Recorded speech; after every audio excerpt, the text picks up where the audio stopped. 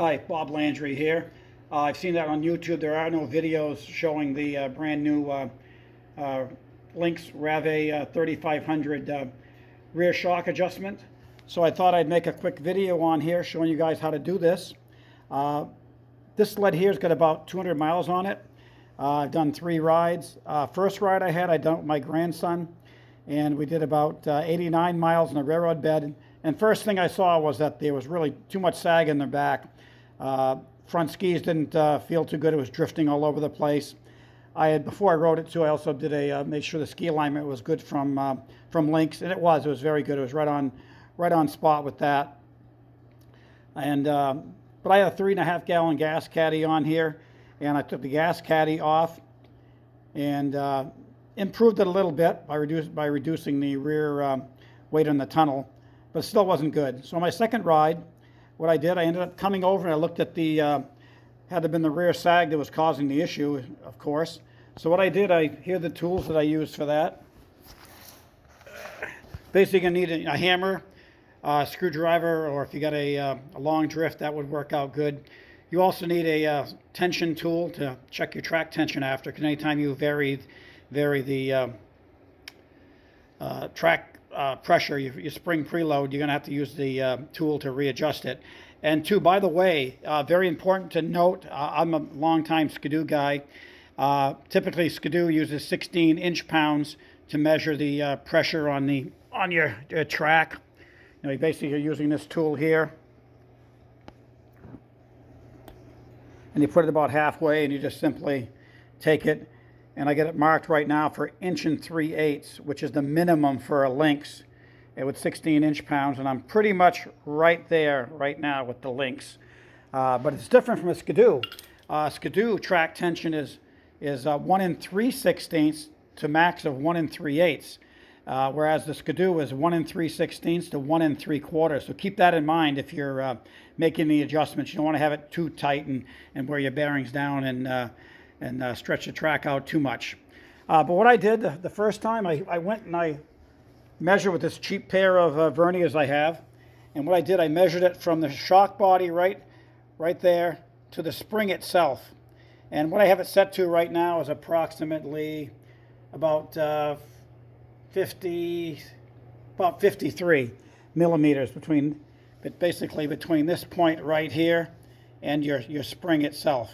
All right, the flat part of the spring right here. And that's what you want to change. And to change that, you're going to need a T20 Torx driver. And you have to loosen up the lock nut, similar to a KTM motorcycle. They got a locking collar on there, so you need to loosen that up. Then you can slide that out of the way. And just by turning it to get it out of the way. Apologize for the crude video. I'm not a videographer, so. Then you got to use your long hammer, your long screwdriver and hammer to loosen up the jam nut here. You loosen that up, then you just simply hit the other collar here down with either your long drift or your screwdriver and the hammer, and just increase that. What I'm going to do, I'm going to try to increase mine to about 53 millimeters. I should say, wait a minute, I think it's 53 millimeters now, sorry. I'm going to increase it to 54.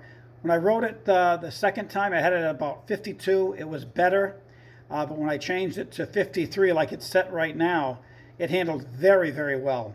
But there again, that's without a gas caddy on the back too. I weigh approximately about 185 pounds without any gear on, so and like all of you, I'm sure you wear the most gear you can, and I've got a tunnel bag on the back here also. So it adds a lot of weight to it. I carry everything from my buddies. I'm Mr. Safety. Also, right here, your limiter strap. I have the limiter strap in the stock number 2 position. Number 1 position is basically the bottom hole. Then you get number 2, number 3, number 4. When we rode this past Friday, New Year's Eve, like I said, it rode very, very well for me. But my buddy showed up, and he had a brand new Lynx as well, so we pretty much went riding because we really wanted to have him get some time on his machine as well. And he put his limiter strap in the number 4 position, the shortest position. I rode his And his handled very well for cornering and everything else, but didn't have as plush a ride as mine.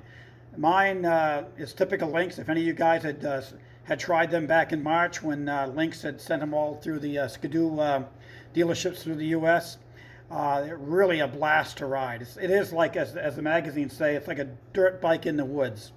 I had my grandson riding this thing, and I couldn't count how many times he brought the skis up off the snow, going over these small little whoops. He was having a blast. So it is a lot of fun. On my second ride, when it was adjusted at 52, it had a big improvement too. I was able to blast through some stuff that was just incredible.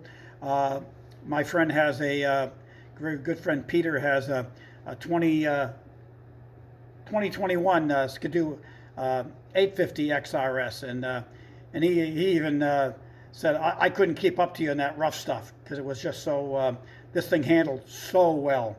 So that's basically it, guys. That's just loosen this locking collar right here, then loosen the jam nut, tighten that up, and I think a good starting point is probably, depending upon your weight, might be 53 like I have it right now. I really like it at 53 at corners. Well, it goes through the bumps, but I'm going to take it one more step to see just how far I can go with it to see how I get the handling even better.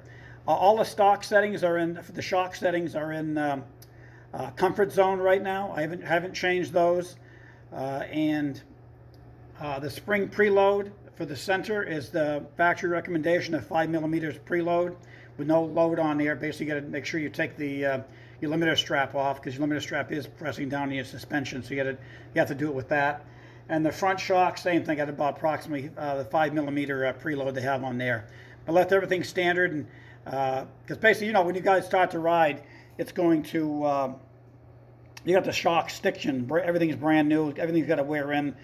Basically, the seal's got to wear in, the bushings and everything else. So it takes time for it to settle. I'd say probably like at least 100 miles of some chop and stuff like that will certainly loosen it up. So mine feels pretty good right now at 200 miles, but I want to get the handling in first. So don't bother doing your high speed, low speed compression adjustment and your rebound, because you're really wasting your time. You really have to get the handling in there first. Everything else is secondary. Get the handling first, then start playing around with your clickers. That's about it, guys. Hope this proves to be useful for you. As far as some other things I have on my sled, I really like the Lynx ice scratchers. I've had the cable ice scratchers before, like you have right over here. I got a 2014 as well. The cable ones are okay. I simply did it bolts on to the bottom of your skid, similar to what the Lynx one does, and then this just drags down on the bottom. I got sick and tired of basically the part here that's bent, the stock ones, after a while, because basically they take a beating going down, up and down like that on the snow, and they crack right at the elbow. Then you got to spend about $40 replacing the head. So I just simply got a stainless steel bolt from the hardware store, heated it up, bent it, the head, and use it like that. It still works, so it goes pretty well. The only bad thing with the cable ones is after a while, if you notice this one's getting a little bit frayed here. It will fray off, but these work the best. Hopefully the Lynx can work just as good. The ones that didn't work very well and are the ones that are the tunnel mounted ones here. Here's the bracket for it. I ran those for a couple of years on my 2018 and 2014, and gradually what happened was the bracket broke. The spring just cracked. It didn't even crack at the where it's bent. It's cracked like halfway through. It's like, wow, what gives with that, And they didn't work as good as the cable ice scratchers. So I'm hoping, because these are mounted similar to the cable ones, that these Lynx ice scratchers are going to work really well. They got nice holder for them as well. Comes up and then they just simply sit down, and they'll work forward or reverse as well. So it goes pretty good, I think. I think it'll be well worth the effort and money spent. That's it. I hope you guys enjoy your Lynx. I've had a blast riding it so far. Have a good day. Bye.